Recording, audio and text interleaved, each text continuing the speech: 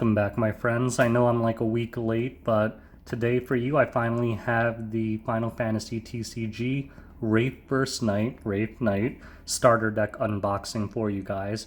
I have a handful of these. I ordered a few from Potomac Distribution. They come in boxes of 6. I think I paid around $15 a box. I think the MSRP is like 25 bucks. But I think prices tend to go down. Like, I know there's a store near me, and I think they end up selling it for like 20 bucks. So we'll see what the individual sets end up costing. I picked up a few extra just because I found that the heroes and villains kind of went up in price over time because that was such a popular set.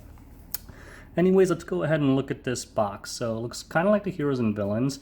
Love this artwork. For those of you who've been watching my channel, you know basically this is the A002 artwork on 2 separate cards. And I have a feeling this deck is going to be amazing. Heroes and villains kind of set the benchmark for amazing starter decks, and I have no reason why this one wouldn't be any different. So, without further ado, let's get cracking. Now, I kind of did like a teaser of this set before. There are a lot of new cards that are going to be in here. Obviously, they're pre-constructed decks, and they're probably going to be pretty viable if it's anything like Heroes and Villains. And the other thing is it has, I believe, 5 unique starter cards in addition to full art exclusives of the 5 legends in the box. So, I always fail miserably at opening these things, but 2 of these kind of guides, I'm not going to really show it because they always end up being the same. Maybe I'll just open it up real quick and confirm. Yeah, just your standard fare, like every starter deck comes with these. I'm sure there's nothing new on it, so I'm not going to go into that too much. Now we have our 2 starter decks. Get this out of the camera view. And let's see if I manage to open this successfully. Where's the little tear strip?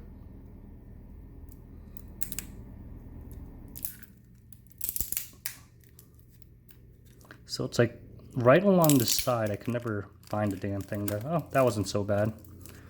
I didn't do it right though. Alright, still not so bad. Alright, let's do the other one too. And again, these cards tend to stick together. This one actually isn't so bad. My heroes and villains, when I was able to literally pick up the whole stack by the top card. Alright, this one's easily visible. Alright, this one's a nice opening right here. Slip that bottom off, slip that top off. Alright, so right in front of each deck you have kind of the starter cards. Maybe I'll put it down so my hands don't cast a shadow.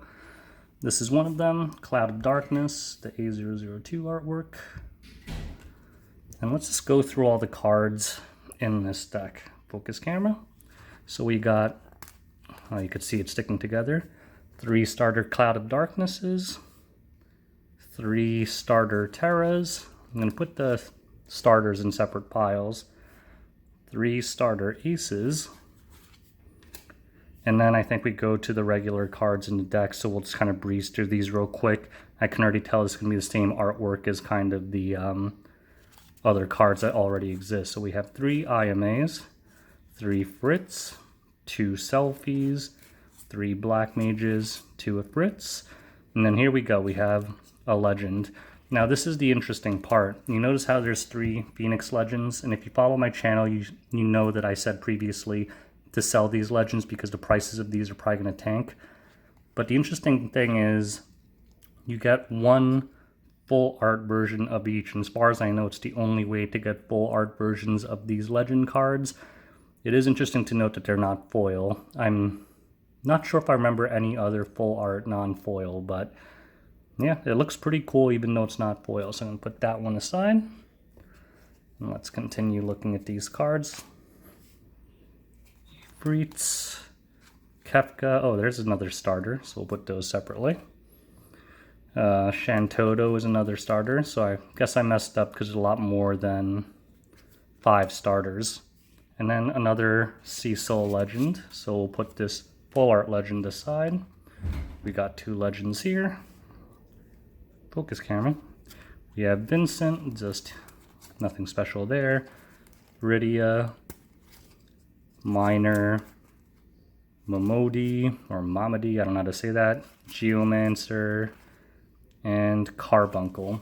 So these kind of starter cards are really not that interesting to me. I probably have dozens of them already. So let's go ahead and look at this light deck. So clearly that was the dark deck because you have like Cecil, Kefka, Cloud of Darkness in there.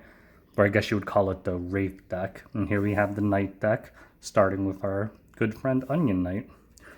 So that's our first starter, pretty cool artwork.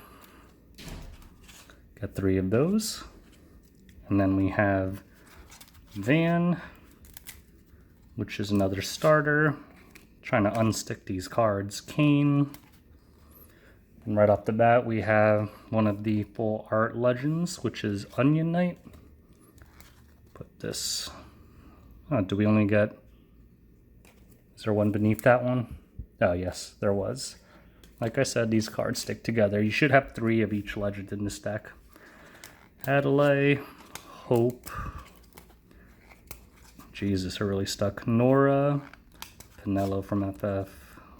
12, right? Yeah, 12. Moogle, Bartholomew, and Diabolos. Now, Diabolos was one of the most expensive cards in FFTCG. It's a very powerful card, and I'm curious to see what happens to the prices of this now that you could get it so easily by buying the starter deck. A playset of it, no less. Ugh, I must have stuck another one behind the full art. No? Do you only get 2 of these? Could have sworn it was 3 of each legend. Oh well. Maybe I'll find it stuck behind something. Lightning starter. Ramza starter. That's cool. Didn't expect Ramza to make the cut there. Running out of room here. Should have done a better job organizing. Onion Knight and Lightning is our 5th full art. You do get 3 of her. And Illua. I mean, Illua was also an expensive card for a long time. And again, is it a playset? Indeed, a full playset of them. Red Mage, Cannoneer, Rama. So I don't think those are the cards you're interested in. I think the cards you're interested in are these starters. And let's just go look at these full art legends. Because the full art thing, I mean, Square Enix is really going to town on this full art stuff now. And I have no problem with that because all of these full art things actually look really freaking awesome. So first we have Lightning. This one wasn't like the most expensive card, but cool artwork, even though it's like video game art. Diabolos, again, this used to be like a $25 card. I personally sold foil versions of this for like $30, $35 in the past. Probably going to be worth less than 10 bucks now, but I guess time will tell. Onion Knight, I don't think this was ever really a powerhouse, but a decent card. Cecil. This one actually looks kind of bland, but the full art thing does help. You can actually kind of see like a blue line there still, which kind of ruins the full art look. And Phoenix, this is actually probably my favorite card in terms of looks out of the set because it has like a full background and the colors really pop in the full art version.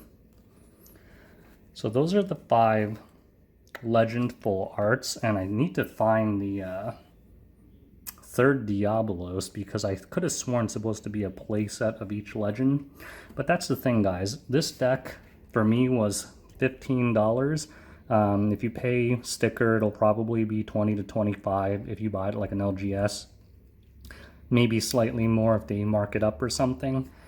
But you get 15 legends out of this deck, and I mean, you're getting this. Like I said, I sold singles of this in the past for over $30, and the entire deck I paid $15 for, and I get 3 of these. Like, Square Enix is doing a bang-up job with the value of these starter decks. Like, the regular, like, single deck ones typically aren't that good, but the dual decks that they're releasing, so far Heroes and Villains, and now Wraith vs. Knight, they have been such tremendous values that if you're really a fan of this game, there is zero reason why you shouldn't pick it up, unless of course you have all these cards already. But if you like don't have hundreds of dollars to spend to like collect play sets of everything easily, if you see kind of these dual decks coming up, like by all means buy it. Like, At their peaks, if you calculate the value of each of these cards at their peaks, this is probably like a $200 deck or more.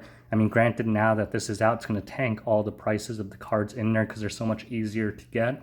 But in the past, like, the value in this set would have been off the charts. Same with heroes and villains. I don't remember exactly, but I think I calculated the heroes and villains cards at the time of release to be worth like $160 or something like that.